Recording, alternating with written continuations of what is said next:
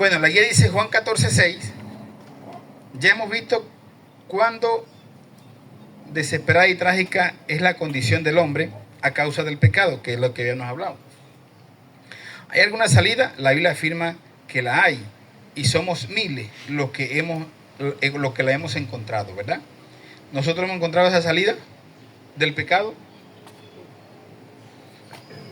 Dice el mismo texto de la Biblia que dice la paga del pecado es muerte, también afirma que el regalo de Dios es vida eterna en Cristo Jesús Señor nuestro, Romanos 6:23. ¿Qué quiere decir esto? Que Dios ha provisto una salida para nosotros, no porque hayamos hecho algo que nos haga dignos, sino porque Dios es amor. Dios nos ama tanto que envió a su Hijo Jesucristo a morir por nosotros en nuestro lugar. Jesús vino a pagar el precio que nosotros teníamos que pagar por nuestros pecados. Alguien dice, bueno, ¿y qué culpa tengo yo de lo que Adán haya hecho? ¿Verdad que hay mucha gente que pregunta de esa forma? Le preguntaron a un borracho y le dijo, ¿a quién se le dijo eso? A Adán. Bueno, eso se lo dijo Adán, no a mí. Pero resulta que, como se lo decía, y le tocaba un poco de tema de lo que era el pacto, lo que significaban los pactos, y que este era un pacto condicional, o sea, tenía una condición, ¿verdad que sí? Y les explicaba un poco de lo que eran los pactos incondicionales. ¿Sí recuerdan? Diga un pacto incondicional. Alguien que diga un pacto incondicional. Hablando de 7 pactos. Dios hizo 7 pactos con el hombre. El último es lo que conocemos como el nuevo pacto que ya ha escrito Jesús. Pero por lo menos el pacto que hizo Dios con Moisés. Pacto condicional o incondicional. Condicional. Había una condición. Si no hicieres esto, entonces no pasará esto. Entonces eso es lo que le pasó, porque cuando le dijo, acontecerá si oyeres atentamente la voz de Jehová tu Dios, entonces le iría bien, pero el que le iría mal, al que obrará mal. Entonces eso lo vemos en la Biblia, ¿sí? El pacto que Dios hizo con Noé, ¿fue un pacto condicional o incondicional? Incondicional. ¿Por qué? Porque Dios le dijo que no destruiría más el mundo con agua. ¿Y acaso Noé no le falló a Dios? Le falló a Dios, y aún así Dios mantuvo su posición, porque ese fue un pacto sin condición. Dios no le puso condición al pacto. El pacto con David, Dios no le puso condición, porque Dios le dijo que de él saldría, de la raíz de Isaí iba a salir el que iba a gobernar, el que iba a ser rey de Israel, y ese es Cristo. Y ese pacto no tenía condición. Pero el pacto de Adán fue un pacto, aparte que fue un pacto condicional, fue un pacto nacional, porque eso nos afectó a la humanidad entera. Todos somos hijos de Adán. Pero la Biblia ya no nos llama que somos hijos de Adán, sino hijos de ¿quién? Hijos de Abraham. Por la fe. Por eso que Dios le dijo a Abraham, serás padre de multitudes de gente. Así le dijo, ¿sí? Padre, ante llamarlo padre de un hijo, le dijo, serás padre de naciones. O sea, nosotros, por tener la fe en Cristo, somos hijos de Abraham. Porque la fe que tuvo Abraham no fue la fe que dijo, yo creo que Dios me va a dar un hijo. No, la fe que él tenía era que creía en el Hijo de Dios. Cuando Dios le dijo, yo me proveeré del cordero para el sacrificio, ya Abraham lo estaba viendo como que él no era digno. Y quizás Abraham pensaba que matando a su hijo era el perdón de los pecados, pero entendió por mismo Dios que le dijo, no, tú no vas a sacrificar a tu hijo, yo voy a sacrificar al mío. Eso lo entendió claramente Abraham. Amén. En Génesis, ¿sí? Cuando recordemos esa escena, ¿no? Pero la mayoría reconoce esa escena recuerda esa escena como que Abraham iba a matar al hijo, pero no, más allá de la escena, ¿qué nos habla esa escena? ¿Sí?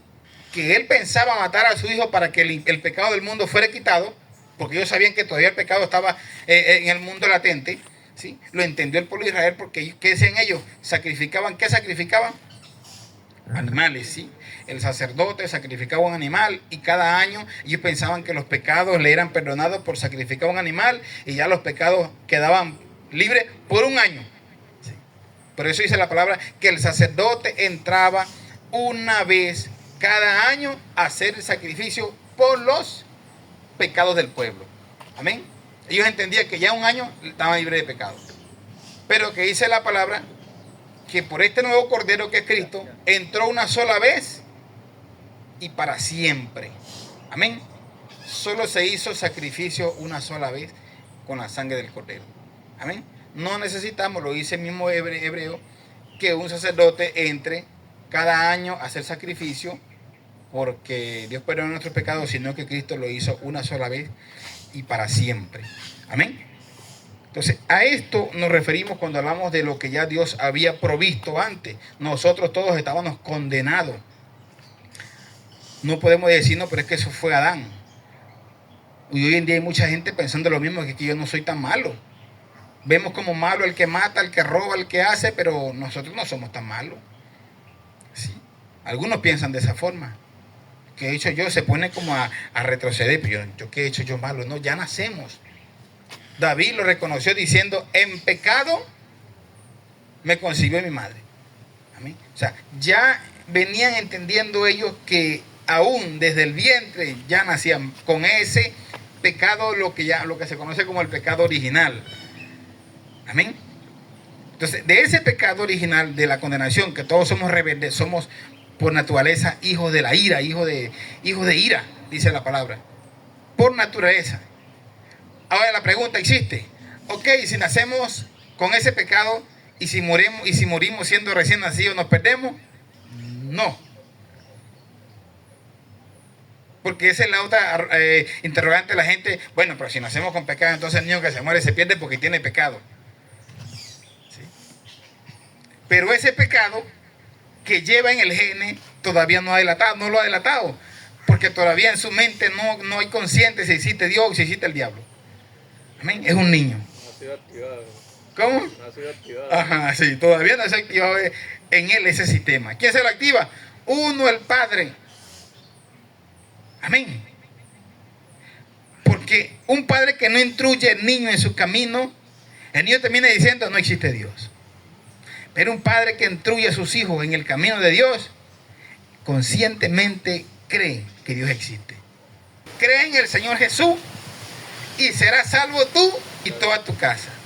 Y conocí un pastor que él decía que por usted ser cristiano, toda la familia ya estaba salva. Yo decía, pero ya va, un momentico, ¿cómo así? Claro, es que, ¿cómo tomas ese versículo? Me dijo, ¿cómo tomas ese versículo? Le dije, sí, ahí dice literal, cree en el Señor Jesús y serás salvo toda tu casa. Bueno, le dije, pero vea acá un momentico. Si la persona es salva, al ser salvo y al entender la salvación, él quiere que los suyos se salven. Y lo que va a hacer es predicar en su casa, porque si recordamos lo que hizo Josué cuando le dijo al pueblo, yo no sé ustedes a quiénes eligen como Dios, pero mi casa y yo serviremos a Jehová. Era una orden como padre que se establecía en mi casa, aquí se alaba a Dios. Amén. Cuando se establecen reglas en la casa, los hijos siguen ese patrón y saben, no, mi papá no, en mi casa no se puede parrandear, en mi casa no se escucha Pipe Bueno, en mi casa no se escucha cualquiera que ustedes se acuerden. En mi casa se escucha canciones cristianas. En mi casa se alaba a Dios. Entonces, cuando nacen con aquello, el respeto a Dios, pero no hay respeto a Dios. Entonces, hay que entenderlo bien en su concepto. Amén. Cuando dice que este hombre reunió a toda su familia, la reunió para que escuchara el mensaje de Pedro.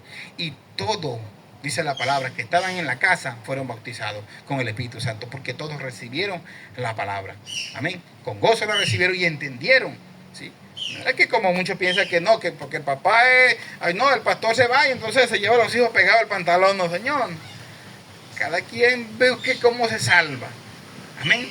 La salvación es individual, porque si fuera por familia, bonito buscar a uno. ¿Quién de mi familia es cristiano? Aquel, bueno, ya yo sigo el diablo para que cuando él se vaya me tiene que llevar a mí, porque es una orden de la Biblia. Pues no es así. Amén. Cada quien, dice la palabra, le dará cuenta a Dios. Amén. Entonces, entre la condición del hombre y la condición de Dios, usted puede hacer la pregunta que se quiera hacer. Bueno, ¿y qué pasó con los indios que nunca se le predicó a Cristo? Bueno, ¿y qué pasó con una persona que sufre de Alzheimer y no se acuerda? Bueno, ¿y qué pasó? Usted puede hacer la pregunta que quiera preguntarse. Pero la Biblia nos enseña a nosotros que sin la fe en Cristo Nadie puede ser salvo. Amén. Que Dios le dio oportunidad a todos, porque no va a decir que una persona que sufre de Alzheimer nunca tuvo la conciencia bien. Sí tuvo la conciencia. Y generalmente los que sufren de Alzheimer, ¿cuántos años tienen? De 50 para arriba, 50 años que nunca le entregaron su vida a Cristo. Entonces imagínense nada más por ahí. Entonces ahí se le dice a Dios, bueno, ¿qué pasó? ¿Y dónde estaba Dios? ¿Cómo que dónde estaba Dios? ¿Dónde estábamos nosotros? ¿Qué hicimos nosotros? ¿Sí? Porque esa es la pregunta que el mundo le hace a Dios. ¿Dónde estaba Dios? Más bien Dios nos pregunta cuando le preguntó a Adán. ¿Qué fue lo que le preguntó Dios a Adán? Adán, ¿dónde estás tú? ¿Ven? O sea, no fue que Adán andaba buscando a Dios, porque el hombre no busca a Dios. ¿Sí? Es Dios que nos buscó. Y Dios nos busca todo, dice la palabra, porque de tal manera que para que todo aquel, dice, no se pierda, Martín. Amén. ¿Cuál es la condición? Creer en Cristo. Y tenemos otro tipo de evangelio que dice que Dios marca quién va a ser salvo y quién no va a ser salvo. No cree usted en esa doctrina, ¿sí? Porque usted puede estar en la iglesia y decir, y qué sé yo, si yo estoy aquí en la iglesia y voy y seré salvo o no seré salvo, qué sé yo si yo me voy para el infierno y estoy aquí como estaba Judas. Porque muchos toman a decir, bueno, comparemos a Judas. Hay muchos que están en la iglesia y se van para el infierno, pero comparemos a Judas. Pero hay que ver la condición de Judas, que Judas nunca reconoció a Cristo como Salvador. Judas no lo llamaba Señor, Judas lo llamaba Maestro, porque él lo reconocía como un sabio, más nada. Así lo reconocía Judas. Por eso le he dicho a ustedes, y lo que más trato de inducir al pueblo de Dios, es que reconozca a Cristo como Salvador personal de su vida, como Dios mismo. Amén. Porque le hablaba en estos días y justamente le decía sobre la iglesia, una iglesia que ellos creen en Cristo, pero solamente como el enviado de Dios nada más, que vino porque Dios lo mandó y tenía que venir, y si no, bueno, igual si hubiese pecado, no importa porque Dios es Dios. ¿Qué es eso? O sea, esa es la mentira que Satanás nos ha aplicado. ¿Sí? ¿Y cuántas personas le creen al diablo, a las mentiras? Pero que la misma Biblia nos enseña que Cristo es Dios. Y hablábamos de la Trinidad basado a no que hayan tres dioses, porque ¿qué dice la iglesia, los que creen que un solo Dios, o sea, los que creen en Jesús solo? Ellos dicen que nosotros creemos en tres dioses. Nosotros no creemos en tres dioses. Nosotros creemos en un solo Dios, pero que este Dios son tres en una sola persona. Que no nos va a caber en la cabeza cómo entenderlo, pues solamente de aceptarlo, porque así nos lo enseña la palabra de Dios. ¿Sí? Recordemos nada más el hecho cuando Cristo estaba siendo bautizado. Recuerden la escena, ¿no? Dice que el Señor sale del agua. ¿Y qué pasó en esa escena? Vino el Espíritu Santo en forma corporal de paloma, y desde el cielo se oyó una voz que dijo: este es mi Hijo amado, en quien tengo complacencia. A él oí.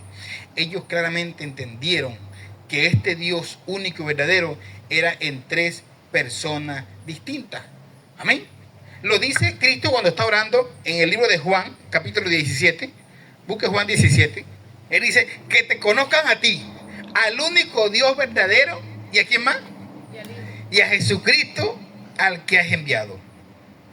Ahora, si Jesucristo quería que lo conociéramos como un solo Dios, no hubiese dicho eso, ¿no? Incluso los apóstoles, no hubiesen dicho los apóstoles, por lo menos Pablo dice: gracias al Dios Padre y nuestro Señor Jesucristo, está indicando dos personas. Amén. Entonces, cuando hablamos de personas, no estamos hablando de seres humanos, porque ese es el error de la gente, creer que cuando se habla de personas, decimos: no, hay 3 personas, 4 personas, estamos hablando de seres humanos. Persona es personalidad, por eso que Dios es personal, porque no es que sea ser humano, porque la persona no indica que sea ser humano, la persona es personalidad de cada uno. Dios nos puso a nosotros, cuando Él dijo: hagamos al hombre igual a nosotros, o sea, conforme a nuestra semejanza, hablaba de la personalidad, que el hombre tenía el derecho y en nosotros podemos hacer lo que queremos hacer. Esa es la personalidad del ser humano. así como Dios. Por eso que no somos igual a Dios en poder. Porque si Dios dijo, hagámoslos igual a nosotros, entonces tuviéramos poder. Produzca esta tierra aquí hierba, porque yo tengo la misma autoridad. No, no es esa. Es la personalidad. Amén. Y sigue diciendo, Cristo es Dios. Jesús no se presenta como un filósofo o un moralista, ni como un simple reformador religioso, sino como el Hijo de Dios. Es decir, como Dios mismo hecho hombre. La Biblia afirma que Jesús es el creador de todo lo que existe, todas las cosas. Vamos a Biblia en mano para que busquemos la cita. Todas las cosas por Él fueron hechas. Sin Él nada de lo que ha sido hecho fue hecho. Eso está en Juan 1:3. Cuando Juan hace aquella esa escritura empezando, en el principio era el verbo, ¿recuerdan? ¿Y el verbo quién era? Era Dios. ¿Y quién era el verbo? Cristo. Él está diciendo que ese verbo era Dios. En el principio era el verbo, y el verbo era Dios, y el verbo era con Dios. Parece un trabalengua. Todas las cosas por Él fueron hechas, y sin Él nada de lo que ha sido hecho fue hecho. ¿Entendió esa parte o no la entendió? ¿Qué más sigue diciendo? Alguien que lo tenga y lo lea. En Él estaba la vida y la vida era la luz de los hombres. En Él estaba la vida y la vida era la luz de los hombres. Es decir, que ya Dios estaba en el ser humano. ¿Sí? Porque era la luz.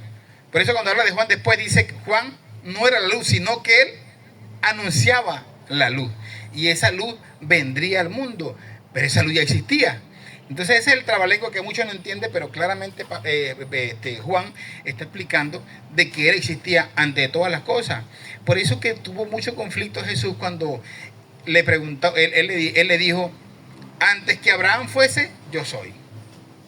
Antes que Abraham fuera, antes que Moisés fuera, yo soy. Y él le dijo, no tiene ni siquiera 50 años y va a decir que eres mayor que nuestros padres. Porque no entendía que Él era Dios eterno. Amén. Él empezó a existir en el momento de la concepción con María, o ya existía antes. Ya existía antes. Él creó a María. María no lo creó a Él. María creó la humanidad de Jesús. Al decir que María es mamá de Dios, como dicen muchos, madre de Dios, estamos equivocados. Porque si es la mamá de Dios, la estamos poniendo por encima de Dios. Que ya era primero. Que ya era primero. Amén. María era la mamá de Jesús, la humanidad de Jesús. Solamente era ella mamá de ese cuerpo. ¿Sí? Pero no tenía autoridad sobre ese cuerpo. Recuerda que Cristo tenía 12 años, estaba peladito, y se fue al templo a predicarle a los que estaban ahí, los cátedras, los fariseos, los escribas, todos aquellos bichos feos. Y el Señor, y llega la mamá, y llega José, su papá, porque lo veo ahorita como hijo. ¿Y qué es lo que le dijo Jesús a estos dos? ¿Qué hacen? ¿Por qué me buscan? ¿No ve que en los negocios de mi padre me es necesario estar? María estaba tan clara que el niño venía con una misión. María estaba clara que su hijo era el Salvador. ¿Y por qué estaba clara? Porque no se lo hizo José. Porque no se lo hizo José, ¿verdad que no? Porque ella fue concebida, ella más que nadie sabía. Porque no, ella misma vio al Espíritu Santo. No fue que llegó un viejo por allá y dijo, yo soy el Espíritu Santo. No. Ella sabe que lo que se le colocó ahí, sin tener relación sexual, fue obra del Espíritu Santo. Amén. Ella estaba más que clara que el que estaba ahí era su Salvador. Amén. Y muchos dicen, ay, María fue la que más sufrió. María sabía que ese niño venía con una misión. El hecho que ella fue a verlo morir ahí, era que tenía que, ella era testigo de quien nació y cómo murió. Uno de los testigos oculares que vio toda la vida de Cristo fue María. Amén. Pero eso no lo hace a ella redentora, ni salvadora. Entonces sí ha dado ese dogma católico, digámoslo así de esa forma, de que dice que subió a los cielos, que ascendió a los cielos, pero ¿a dónde lo dice la Biblia? Y que lo que la Biblia no lo diga, no nos lo metamos en la cabeza. Amén. Dogmas mentirosos que nos han inculcado. Y usted ve cómo gente defiende en ese tema. Y cuando yo veo gente que defiende eso, yo digo, ¿para qué perder el tiempo en cosas que ya yo sé? ¿Sí? El necio hay que dejarlo quieto con su necedad. Lo dice la palabra. Deje quieto al necio. Mira, esta es una reflexión dice que algo corto que miré, ¿no? Que decía, ¿qué hace la abeja perdiendo el tiempo con la mosca? Que la miel es mejor que la popó de vaca. La mosca no lo va a entender, porque esa es su naturaleza. Amén. Entonces no va a perder tiempo la abeja en decirle a la mosca que es lo que es mejor, porque ya la mosca sabe que ese es su deleite. Entonces hay personas que pasa lo mismo. A veces, ¿qué perdemos el tiempo nosotros en personas que quieren debatir la mentira con la verdad? Y la verdad no es para debatirla, ¿sí? El evangelio no es para debatirlo, es para predicarlo. Es para el que cree. No todos van a creer. Amén. Porque la palabra dice que Satanás ha cegado el entendimiento de ¿quiénes? De los incrédulos, para que no le resplandezca la luz de Cristo. Amén. Los que se ponen duros y se ponen a debatir más con las cosas de Dios, hay que dejarlos quietos. Amén. Porque ya el diablo tiene que ciegos. Porque en él fueron creadas todas las cosas, las que hay en los cielos, las que hay en la tierra, visibles e invisibles, sean tronos, sean dominios, sean principados, sean potestades. Todo fue hecho por medio de él y para él. Colosenses 1:16. Hasta el diablo y sus demonios fueron hechos para Cristo. Amén. Jesús es eterno. Jesucristo es el mismo ayer, hoy, por los siglos. Hebreos 1:13-8. Hebreos 13:8 dice que Jesucristo es el mismo de ayer, hoy y por los siglos. Amén. Eso lo dice Hebreo. Jesucristo es el mismo ayer, hoy y por los siglos. Quiere decir que es eterno. Yo soy el primero, el último, el que vivo y estuve muerto, mas he aquí vivo por los siglos de los siglos. Amén. Apocalipsis 1:17-18. Ese es cuando él empieza a dar los mensajes a la iglesia, él se presenta. Porque cuando Juan lo mira en la isla de Pasmo, mira su esplendor y mire que le dice, yo soy el alfa y el omega, el principio, el fin, el primero, el último, el que estuve muerto, el que resucitó, el mismo Cristo. ¿Sí? En su esplendor se le presenta. Entonces, es Dios. No fue solamente, no veamos a Cristo como que vino y murió, ya se fue, o se acabó, ya está ahí. No. Porque Pablo, cuando empieza a predicarle a los de Corinto, le empieza a decir, yo recibí de Cristo que él murió, resucitó al tercer día y está a la diestra de Dios. Amén. Porque tuvo un debate con esta gente que dijeron, Cristo murió, pero no resucitó. Y él le dijo, y si Cristo no resucitó, en vano es nuestra predicación. Estamos perdiendo el tiempo. Porque si estamos aquí predicando que vamos a resucitar, que vamos a reinar con Cristo, y usted no cree que Cristo resucitó, entonces ¿con quién va a reinar? Entonces, ¿para dónde va usted? ¿Para qué paraíso? Si no creemos que Cristo resucitó. Amén. Entonces, hemos hablado que los que murieron antes del diluvio, ellos murieron, los que murieron con la fe en Cristo, murieron creyendo que ya Dios en Génesis le había prometido un Salvador, y ellos murieron creyendo que venía un Salvador a futuro. Y con esa esperanza murieron. Porque aún Abraham murió en esperanza, dice contra esperanza. ¿Sí? Y resulta que los que murieron cuando Cristo estaba en la tierra, murieron, o sea, no estoy hablando de todos, sino los que pusieron su fe en Cristo, murieron creyendo, como el que murió al lado de la cruz, que Él era el Salvador. Por eso lo dijo, acuérdate de mí cuando vengas en tu reino. ¿Sí? Y los que morimos en este tiempo, ya morimos creyendo que Él vino, que Él murió, que Él resucitó y que está a la diestra de Dios. Nos lo dice toda la palabra. Amén. Entonces no hay excusa para el momento del juicio final. No hay ninguna excusa en decir, no, lo que pasa es que a mí nadie me había hablado. Amén. Alguien me dijo, ¿y qué pasó con él? ¿Qué hacen con el mudo? Le dije, ¿y qué tiene que ver el mudo? El mudo lo que hace es que no habla. Pero el mudo es consciente. Yo he visto mudo que diciendo, mamá. Viste que saben que estás consciente que existe un Dios. Entonces no hay excusa. para el ciego, de que nosotros tampoco lo vemos. Amén. Y dice la palabra, es como la brisa. No sabemos dónde viene, pero sabemos que existe. ¿Verdad que sí? Incluso una persona con Alzheimer, porque recuerda la experiencia que tuvimos con mi esposo y mi tía, que no se acordaba sus hijos. Tiene 4 hijos y le preguntamos, el pastor le dijo, ¿tiene hijos? No. ¿Tiene esposa? No. ¿Y quién es Jesús? Mi Señor, Dios, mi papá. mi papá. Imagínese, imagínese eso, ¿no? Él estaba consciente de quién era Jesucristo. Pero no sabía si tenía hijo o no tenía hijo. Entonces es algo que Dios le borra todo, pero le recuerda quién es Él. Amén. Solo Dios sabe a quién va a juzgar. Nadie va a decir, bueno, es que Dios es, porque Dios. Porque hay gente en el mundo, hoy en día todavía hay mucha gente que sigue diciéndole a Dios como que Dios tenga la culpa de todas las cosas que pasan. En Estados Unidos decidieron sacar a Dios de las escuelas, y el día que sacaron a Dios de las instituciones, ¿qué pasó?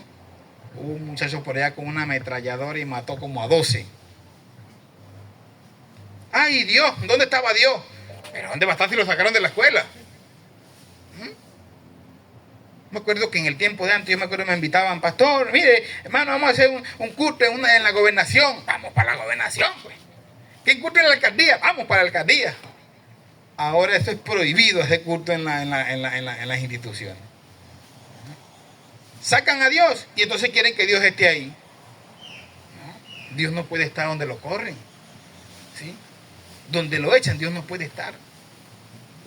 Dice la palabra que Jesús cuando pasó para Samaria, y después que hubo el desastre de que murieron una cantidad, dice que habían como 2000 marranos ahí, cochinos, cerdos, como usted le quiere llamar. Dice que como 2000 se precipitaron y cayeron y se murieron toditos. ¿Y qué pasó con esta gente? Sacaron a Cristo de aquel lugar. Vinieron en montones porque le había arruinado el negocio. Y lo echaron. Amén. Y Cristo se fue de ahí. Cuando Cristo se fue de ahí, empezaron a suceder cosas peores. Amén. No vieron el demonio, el hombre liberado de demonios. Tenían un endemoniado, tenían el demonio, tenían a los diablos ahí y estaban felices. Pero Cristo vino y se los corrió, y el mal era Cristo. Amén. Y así pasa en el mundo. El mundo prefiere tener al diablo que tener a Cristo. Jesús es diferente al Padre, es Dios juntamente con Él. La Biblia dice que en la eternidad Jesús era el Verbo, y el Verbo era con Dios, y el Verbo era Dios. Y aquel Verbo fue hecho carne y habitó entre nosotros. Juan 1, del 1 al 14. Jesús mismo afirma lo siguiente: yo y el Padre somos uno. ¿Ve lo que dice? Yo y el Padre, ¿cuántos son? Uno. Cuando la Biblia dice que, digamos, vamos a ver acá, ¿cuántas personas miran ustedes aquí? La de blanco y la de naranja, eso. ¿Cuántas personas ven ustedes ahí? ¿Dos? ¿Todos estamos de acuerdo que son 2 personas? ¿Cuántas personas ve Dios ahí? ¿Cuántas personas ve Dios ahí? En ellos 2. Una sola carne. Dios ve una sola persona. O no, una sola persona, no, una sola unidad, pero 2 personas. Padre y madre y será uno solo. Eso es lo que dice la palabra, ¿sí? Dice, dejará el hombre a su padre y su madre y se unirá y será una sola. Amén. Pero ¿cómo es eso que la cuenta de Cristo 1 más 1 es 1? De la matemática de Dios con la matemática de nosotros no cuadra. Amén. Yo siempre he dicho eso porque la palabra dice que, Dios dice que, y multiplica la fuerza al que no tiene ninguna. ¿Cómo que multiplica al que no tiene ninguna? Si usted multiplica 0 por 0, ¿cuánto da? Vio que la matemática de Dios es diferente a la matemática mía, a la matemática nuestra. Dios 0 más 0 es mucho. Él dice que él multiplica la fuerza al que no tiene ninguna. Si dijera, y yo le di fuerza al que no tiene, hoy sí, oye, le dio. Pero dice, multiplica. ¿Pero qué va a multiplicar si no hay cuenta? Entonces no es matemática. Ese es para que entendamos los códigos del cielo, que son diferentes a los códigos de la tierra. Amén. Para que entendamos la matemática de Dios. No solamente la matemática, las cosas. Mire, yo me he acabado sorprendido siempre cuando uno lee Biblia y cuando uno se alimenta de ella, porque en estos días justamente le decía el tema de lo que hablábamos en Efesios capítulo 2. ¿Ustedes sí pudieron entender ese texto? Cuando dice que la fe y la gracia, y le dije que cuál de ellas decía la palabra cuando decía, y esto es donde Dios. Y le decía, pero ¿cuál de esto? ¿La fe o la gracia? Y hubo ese debate, ¿no? Uno decía la fe o la gracia. Pero llegamos a la conclusión que cuando decía, y esto está hablando en masculino, ¿verdad que sí? No en femenino. Pero resulta que la fe es femenina y la gracia también. Ambas son femeninas. La gracia, no el gracia, ni el fe. Y a la final el Señor dice, y esto es donde Dios. Esto, pero ¿esto qué? Entonces, cuando uno pasa por alto estos detallitos de la Biblia, cualquiera dice, sí, esto es donde Dios, la fe. Ya, pero es femenina. O sea, hay que entender bien la palabra en su contexto, en lo que quiere decir toda la Biblia. Entonces, es el componente entre fe y la gracia que actúan igual. Amén. Y eso lo entiende un niño de tercero, de cuarto grado. Porque ahí donde le enseñan a uno que las palabras femeninas y la palabra masculina. Hay solamente términos, por lo menos cuando usted diga agua. ¿Agua es masculino o femenino? ¿Ah?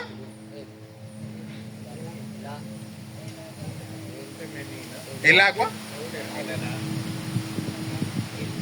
¿Ah? Pónganse de acuerdo. ¿Es femenina o masculina? ¿Ah? ¿La agua o el agua? ¿Es el agua o la agua?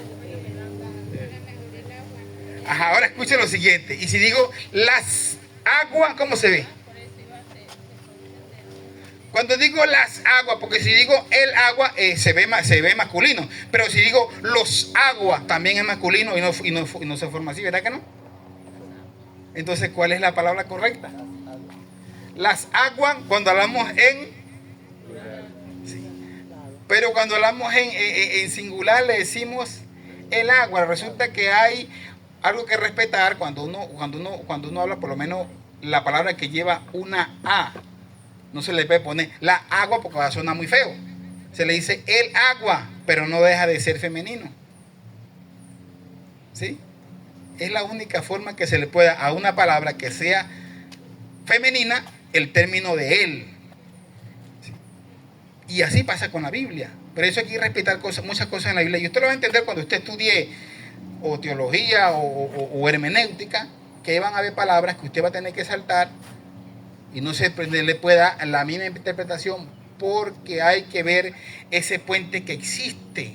Creo que la hermana Dori también estudia sobre el puente, el puente que hay que seguir entre la distancia del Antiguo Testamento a este tiempo. No tenemos que tomar la Biblia a la ligera, en decir cosas a la ligera rápida. Hay que leerla en su propio contexto para poder entender. Y así pasa con la Trinidad Divina de Dios. Amén. Hoy en día la gente ha dicho de Dios lo que quiera. Un poco de dogma en cuanto a Dios, y la gente da su propia interpretación. ¿Sí? Y en la regla hermenéutica existe una cosa que llaman exégesis y eisegesis. La exégesis es lo que yo extraigo de la Biblia, el tema original, extraerlo. Pero la eisegesis es lo que yo le aplico a mi manera, ¿sí? Lo que yo le quiera poner. Y eso es lo que pasa muchas veces en la Biblia. Y la palabra no es para tomarla así. Yo y el Padre somos uno. Juan 10:30. Salí del Padre y he venido al mundo. Juan 16:28. Siendo Dios, Jesús lo sabe todo. Está en todas partes, no cambia, es santo, es justo y recto, es eterno, es amor. Amén. Pero como le decían estos días en la clase, en la forma humana de Cristo, en su forma humana, Jesús no podía estar en todas partes. ¿Verdad que no? Sí podía saber lo que pasaba en aquel lugar porque conocía los pensamientos de ellos, dice la palabra. Él sabía, pero él no podía estar como Dios podía saber, pero como humano estaba limitado a ese cuerpo humano, ¿sí? Porque no va a decir Pedro, tranquilo, yo estoy por aquí con Jesús, y el otro por allá a otro lado, sí, yo también aquí estoy con Jesús. No podía, simplemente estaba limitado a ese cuerpo. Por eso que él dice, es necesario que yo me vaya para que venga el Consolador, para que esté con nosotros todos los días, porque ellos estaban aún limitados. Amén. Al mismo Jesús se le perdían a los discípulos. Andaban los discípulos a veces solos, con ganas de andar con Cristo todos los días, porque eso sí querían andar con él ahí pegados. No lo querían dejar ni descansar. Por eso él le dijo, yo no tengo morada. Porque le invitaban, Jesús ven para mi casa, Jesús ven para mi casa, Jesús ven para los pecadores, todos los invitaban a Cristo, ¿sí? Pues para llenarse cada día de él. Él no desaprovechó el tiempo, no le daban a él tiempo de nada, y se cansaba como humano se cansaba. ¿Qué dices? Juan capítulo 4. Y era necesario pasar por Samaria. Vino pues a una ciudad de Samaria llamada Sicar, junto a la heredad que Jacob dio a su hijo. Y estaba allí un pozo de Jacob. Entonces Jesús, cansado del camino, se sentó así junto al pozo. Era como la hora sexta. ¿Qué hora era? Las 12 del día. Dice cansado del camino. ¿Viste que él iba caminando y se cansó? Él experimentó, por eso que la palabra nos dice que tenemos un sumo sacerdote en los cielos, que se compadece a nosotros, porque él en su cuerpo se cansó, le dio hambre, él le dio sueño, y no dijo, como dijo yo una vez en una vigilia, alguien reprendió el sueño porque tenía sueño. Sueño fuera en el nombre de Jesús. No es algo, eso es algo natural. Imagínese todito tuviéramos flacos, reprendiendo las ganas de comer. Claro, todo eso sintió él. Amén. Otro orando porque estaba en ayuno, reprendo todas las ganas de comer. No, imagínese eso. Si así hubiese, no, vamos a orar para que no nos dé hambre y todito estemos 60, 90, 60. ¿Cómo que? 90, 60, 90, algo así. Jesús es hombre verdadero. Esto quiere decir que nos comprende muy bien porque se hizo igual a nosotros. La Biblia dice que no tenemos un sumo sacerdote que no pueda compadecerse de nuestras debilidades, sino uno que fuese tentado en todo según nuestra semejanza, pero sin pecado. Eso es lo que le hablaba al principio. Hebreos 4, 15 al 16. A Jesús le gustaba referirse a sí mismo como el Hijo del Hombre. En su condición de hombre tuvo hambre, sed, sueño, alegría y tristeza. Fue tentado en todo como cualquiera de nosotros, pero no pecó. Su vida fue un ejemplo de servicio a los demás. ¿Por qué Jesús no pecó? La pregunta aquí. Porque hay que entender algo ahora. Digamos, ¿en qué fue probado Jesús en cuanto a tentación? En la comida. ¿En qué más podíamos ponerla acá? ¿Con mujeres? No, ¿verdad que no? Porque escuché un predicador y eso me dio como algo, no sé, en mi corazón de ver la magnitud que piensa el hombre en cuanto a Cristo. ¿Sí? Cristo no fue tentado en cuanto a mujeres, porque él en su forma de hombre no tenía tentación por mujeres. El diablo tienta a la persona por la debilidad que tiene la persona. ¿Amén? Digamos, pongámoslo de esta forma. ¿Usted cree que el diablo me va a poner a mí, a otro hombre, para que yo lo deleite? Porque él sabe que ese no es mi debilidad. Entonces, a esto me refiero. ¿Sí? Ahora, si hay un varón que le gusten los hombres, entonces el diablo le va a poner ese papazote. ¿Sí? Porque eso es lo que va a hacer el enemigo. Amén. Lo va a tentar, dice la palabra, por su propia concupiscencia. Y Cristo fue tentado en todo, pero no en todo lo que un hombre puede ser tentado, sino en la debilidad que podía haber tenido Cristo en cuanto a hambre, en cuanto a sueño, en cuanto a cosas, por lo menos, porque la palabra dice que el Señor pasaba toda la noche orando. ¿Y que acaso no le daba sueño? Sí le daba, pero Él enseñó una vida de cómo nosotros podemos contrarrestar todas estas cosas. Amén. Porque nosotros hemos podido tener sueño, váyase o no tenga sueño. Alguien me dijo, ay pastor, no sé, no me da sueño. Y he tomado pasta y yo le digo, póngase a orar para que usted vea una cosa buena. Como le va a dar sueño inmediatamente. Vaya y ora, métese en una vigilia. Muchas personas que dicen, ay pastor, yo duro hasta las 12 de la noche, no me da sueño, a las 12 que me voy a acostar. Empezamos a hacer una vigilia a las 10 y ya esa hora está boteceando. ¿Sí? Porque esas son tentaciones que hay que superarlas. No hay que dejarse vencer por esa tentación. Y aún el Señor, en lo que podía ser tentado, Él nos dio una enseñanza de, a pesar de tener sueño, vigilaba, ayunaba, oraba, pasaba ese día con Dios, porque estaba matando ¿qué? La carne. Amén. Y Jesús le gustaba referir, Jesús vino para salvarnos.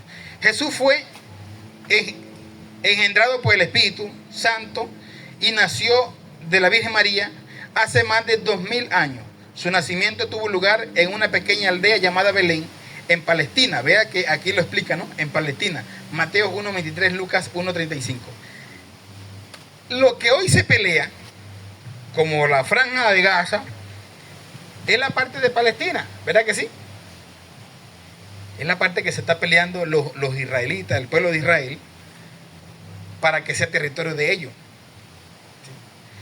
Y uno se pone a mirar este tema en cuanto a las personas que defienden mucho al pueblo de Israel, cuando el lugar que están peleando ellos también le pertenecía al pueblo de Israel, pero que ellos perdieron su territorio. Y no solamente eso le pertenece a Israel le pertenecía mucho más. Si usted se va por lo menos al chismoso más sencillo, y usted busca en el chismoso, en Google, ¿cuál era el territorio que Dios le prometió a Israel? Y usted se va a quedar sorprendido que parte de Turquía, parte de incluso Irak, todo eso pertenecía como al pueblo de Israel. Todo eso. Y que hoy le quedó, pero una cosa chiquitica a ellos. Amén. Entonces, ¿dónde nació Cristo? En Belén. En aquel tiempo era Belén de Judá, pero que hoy se conoce como Palestina. Hoy está en Palestina. Amén. Entonces, eso lo digo porque hubo un presidente que lo hemos tildado siempre de loco y todo aquello, ¿no? Maduro, ¿no? Y no quiere decir que no sea. Ha hecho unas barrazadas. Pero resulta que él dijo que Cristo nació en Palestina y muchos pastores le cayeron arriba. Que cómo es posible que sea loco, que no sé qué más, que Cristo nació en Palestina. Pues la verdad, Cristo nació en Palestina. Que en aquel tiempo cuando nació no se llamaba Palestina, pero que hoy se llama Palestina. La región donde nació Jesús, en Belén de Judea, es Palestina. ¿Y por qué pelean ellos esta zona ahorita? Porque esa es una zona comercial. La mayoría quieren ir al lugar donde nació Jesús. Y ellos han quitado ese lugar de ahí y decir, no, Él nació aquí en Israel. Pero a nosotros no nos interesa nada de eso. ¿Sabía eso? Porque yo recuerdo que fue un pastor para allá, para Israel, y trajo trajo agua del Jordán y tierra del mismo lugar donde supuestamente donde pasaron los hijos de Israel. Y convirtió un negocio. Vendía el agua del Jordán y vendía la tierra. Y la vendía bien cara. Y unos cristianos tan bobos. Ay, yo quiero tierra por donde pasó. Ay, Dios mío, Señor, qué locura, ¿no? Y uno habla de los católicos que no sean idólatras y tenemos un pueblo cristiano idolatrando cosas. Idolatrando tonterías. Y no, la verdad, hay que entender la Biblia verdaderamente. Se apasiona por el agua del Jordán, por el río y no sé qué más, y no se apasiona por la palabra de Dios, que nos dejó la palabra de Dios, para que nosotros a través de ella le conozcamos. Amén. Porque por eso muchas personas, y aún hoy en día, porque de esa tierra se sacaba supuestamente que agarrara un poquito de tierra de esa y la diluyera en agua y se la tomara para cualquier enfermedad. Yo cuando escuché esa tontería, yo dije, Dios mío, Señor, perdónalo, que no saben lo que hacen. Y así mucha gente cree en tonterías como esa. A los 3 años de su vida terrenal, dejó la carpintería familiar y empezó a viajar por todo el país a los 30 años. Dejó la carpintería familiar y empezó a viajar por todo el país enseñando y proclamando un mensaje de esperanza y de salvación que llegó hasta nuestros días. Hizo muchos milagros, sanó a los enfermos, resucitó muertos, dio de comer a multitudes, anduvo sobre el mar como sobre un pavimento. O sea, caminó y ve lo que podemos entender nosotros a los 30 años. ¿Por qué a los 30 años?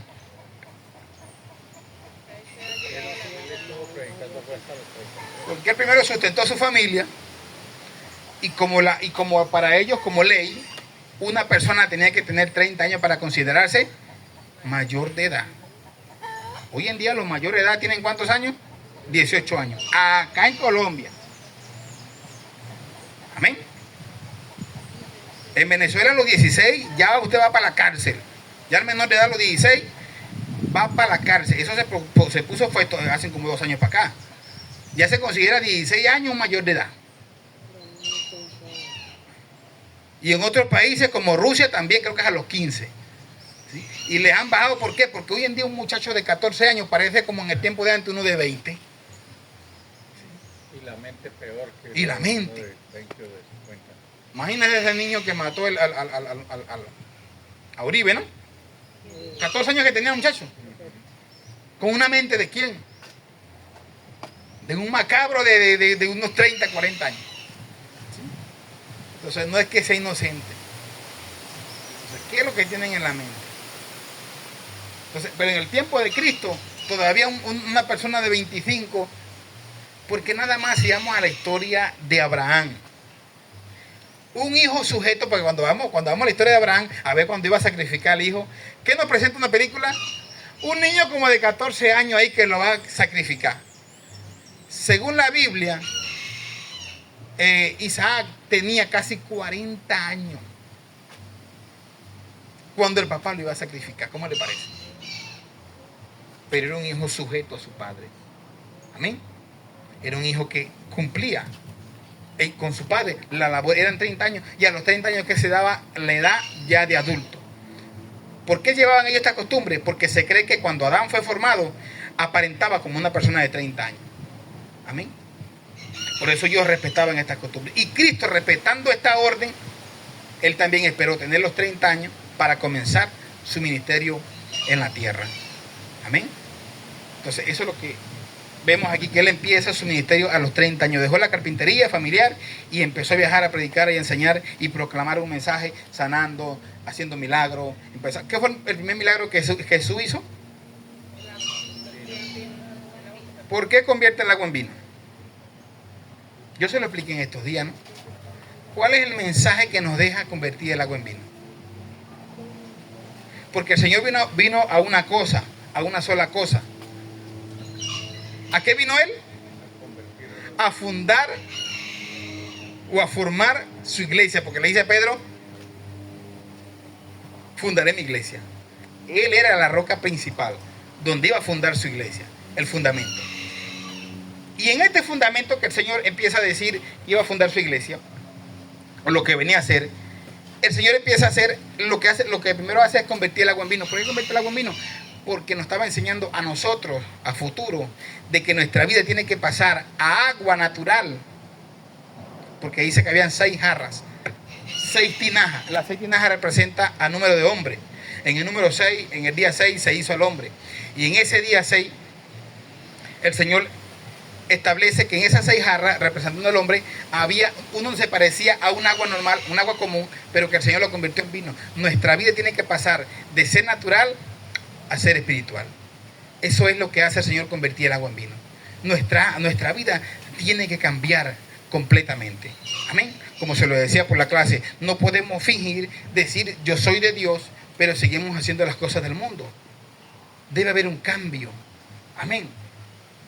Como se lo decía también, había un hombre que miraba por las redes, sí, decía, sí, yo soy gay y soy cristiano. Usted podrá hacer todo lo que sea, pero menos cristiano. Sí, yo soy gay y los cristianos son los que me critican. Sí, yo soy gay. Y él salta su... ¿Cómo se dice eso? Condición. Eso sí, lo que él le gusta hacer. Y entonces son personas porque aquí en Colombia, no sé si ustedes han escuchado, de la primera iglesia donde los pastores son los dos pastores. No sé ni cuál es el papel de mujer ni cuál es acá el papel de varón. No, el mundo ya prácticamente ha aceptado todo eso y hay que respetarle, el que se sienta perro, el que se sienta gato, el que se sienta lo que se sienta. Entonces hoy en día dice que existen miles de géneros. Ah, bueno. Pero Dios cuando dijo Adán y Eva, no Adán y Esteban. Hizo solamente dos géneros. Y eso no lo podemos discutir en cuanto a la Biblia. Pero hay pastores que no tocan estos puntos porque entonces la iglesia se eleva arriba. Nosotros tenemos que predicar la verdad. Dice la palabra, y conoceréis la verdad, y la verdad os hará libre. En el cielo no va a entrar la gente a hacerle revolución. Yo quiero que usted acepte aquí los homosexuales. Eso es mentira del diablo. Amén. Para el cielo entra la gente que quiera parecerse a Cristo. Y si yo llego a Cristo, o sea, yo sí puedo cambiar, pero el homosexual no puede cambiar. Si el Señor nos manda a ser diferentes. De modo que si alguno está en Cristo, nueva criatura es. Y ve lo que dice. Las cosas viejas. ¿Qué pasó con las cosas viejas? He aquí todas son hechas nuevas en Cristo. Cuando yo llego a Cristo, yo tengo que agradarle a Él. Amén. Si yo tengo una condición, un pensamiento, yo tengo que cambiar mi forma de pensar, mi forma de ser. Y no que Dios me acepte, porque Dios nos acepta todo. Pero Él quiere un cambio.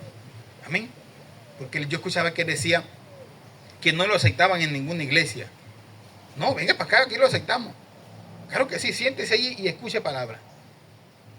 Hasta que cambie. Si no quiere cambiar, porque la misma Biblia dice que esto se hace para que entendamos que salieron de nosotros, pero no eran de nosotros. Amén.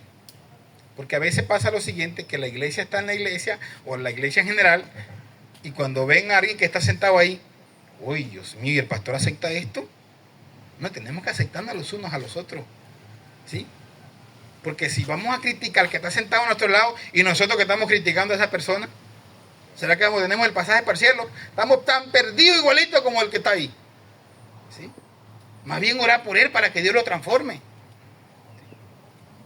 Porque yo vengo de una iglesia radical que si llegaba una persona que solamente quería conocer de Cristo y quería compartir y lo invitaban los amigos para la iglesia y se sentaba ahí y todo el mundo lo miraba y llevaba pantalón. Y la gente se sentía como, uy, Dios, Señor, trágame tierra. Y cuando ya la persona ese día se arrepentía, entregaba su vida a Cristo y listo, le dice, ¿viene mañana? Sí, yo mañana vengo. Tienes que traerte una falda. Ay, no, pero es que yo no tengo falda, yo tengo puro pantalón. Píquela, mañana la hace pantalón y hace una falda con eso. Oye, Dios mío, es en serio. ¿Hasta dónde hemos llegado nosotros con nuestra forma de gobernar y de hacer las cosas para Dios? Amén. Nuestro deber es predicar a Cristo, y eso lo dijo Pablo. Y Él se va a encargar de cambiar a las personas. Amén. Sobre usted mora ¿quién? Y si usted le sirve a Cristo, ¿quién lo corrige a usted de no hacer lo malo? El Espíritu Santo. ¿A quién aquí le fascina irse a una cantina un sábado, un domingo, a emborracharse? A nadie, ¿verdad que no? Porque sobre usted mora el Espíritu Santo. Eso existía antes, sí.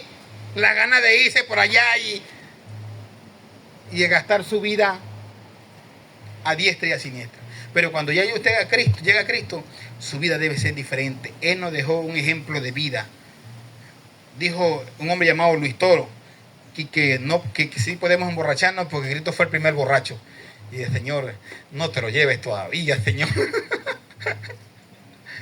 ¿Cómo que Cristo es el primer borracho? Porque leyó un texto que en la Biblia que dice que Cristo dijo que Juan no era bebedor, pero que él sí era un bebedor. Y bebedor de vino. Sí, es correcto. La Biblia dice que Cristo era bebedor de vino, pero no era un borracho. Y decir que era bebedor de vino, era bebedor de jugo de uva. Eso es lo que dice la palabra. Cuando Cristo convirtió, porque él dice, ve, el primero que hizo aguardiente en una fiesta fue Cristo. Convirtió el agua en vino. Pero ¿qué dijo el maestresala?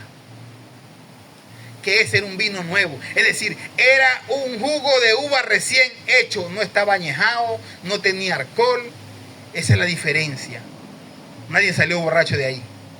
¿Sí? Entonces, eso es lo que hay que entender. No tomar los textos a la ligera. Amén. Aprovechar ustedes que Cristo dice que Cristo tomó. Me voy a pegar una borrachada porque Cristo ahorita en diciembre Me emborracho porque Cristo también tomó en diciembre. En Pascua tuvo una rumba con los discípulos. No. Entendamos bien el contexto. Y si queremos aplicarlo a nuestra vida, debemos andar como Él anduvo. Amén. Viene un mes fuerte aún para la iglesia, porque ahorita son no muchos los que se salen para volverse a arrepentir en enero.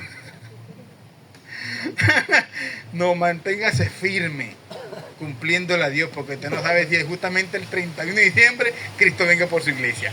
Porque la palabra dice que serán como los días de Noé.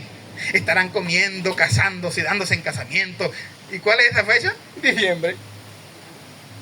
Mucho que Cristo venga en diciembre y nos encuentra a nosotros por allá, encuentra la iglesia de Cristo sumergida en la locura. Dice la palabra, hallará fe en la tierra el Señor cuando venga. Ay, Señor, es que yo no te esperaba ahorita todavía. Tenga el día como que si Cristo viniera mañana o viniera esta noche. Amén. Todos los días santificados para el Señor. Amén. Él está con nosotros todos los días. ¿Hasta cuándo? Hasta el fin del mundo. Terminamos hasta acá y vamos